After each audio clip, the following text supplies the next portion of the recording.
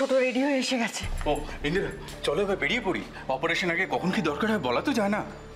আরে দাদা, আর দেরি করে লাভ নেই, যত তাড়াতাড়ি সম্ভব বেরিয়ে পড়াই উচিত। সবাই রেডি হয়ে গেছো? বলছিলাম ওই জল খাবার তো হয়ে গেছে, তো সবাই মিলে একটু কিছু মুখে দিয়ে তারপর বেরোই। চলো। সবাই যাবে বুঝি? হ্যাঁ ছোট বৌদি, আর শুধু আমি না, ওই শম্ভুদা, হরি, রাম সিং, আমরা সবাই যাব।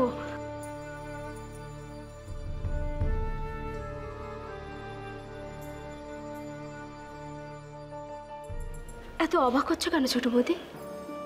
দেখো, বৌরানী আমাদের সবার জন্য নিঃস্বার্থভাবে যা যা করেছে, সেই ঋণ কি আমরা কখনো শোধ করতে পারবো বলো?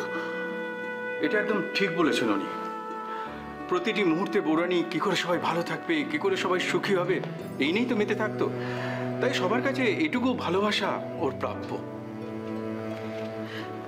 কার কি পাওনা গন্ডা আমি বুঝি না।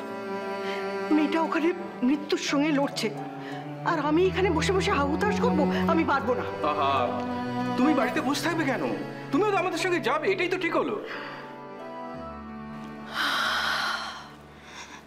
কে জানে অদৃষ্টে কি আছে, কিন্তু সত্যি বলছি ছোট মা, আজকে যদি কনকের কিছু হয় তাহলে আমি কিন্তু তিস্তাকে ছেড়ে কথা বলবো না। আমি তোমার সঙ্গে একদম একমত ঝিলমিল।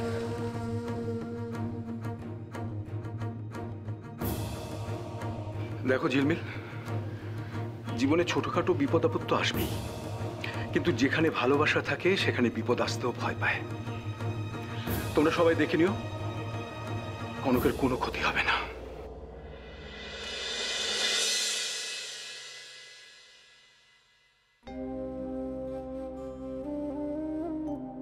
আমাদের মেয়েটাকে তুমি দেখো ঠাকুর, ওর যেন কোনো ক্ষতি না হয়।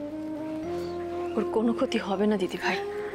কেন জানো, তোমাদের এই ভালোবাসা আর প্রার্থনাই ওকে বাঁচিয়ে দেবে। আচ্ছা, তোমরা কি দাঁড়িয়ে দাঁড়িয়ে কথা বলবে না এবার যাবে? কটা বাজে দেখেছো? চলো এবার বেরোই। দাদা, না খেয়ে যাওয়াটা বোধহয় ঠিক হবে না, হসপিটাল তো।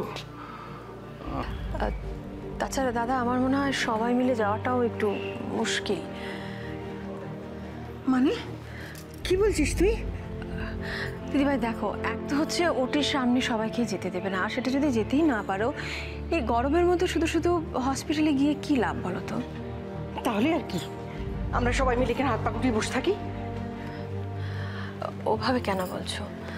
আমি তোমাকে ঠিক সময় মতন ফোন করে সবটা জানাতে থাকবো। শোনো না, আমি তাহলে পার্থর সাথে বেরিয়ে পড়ি।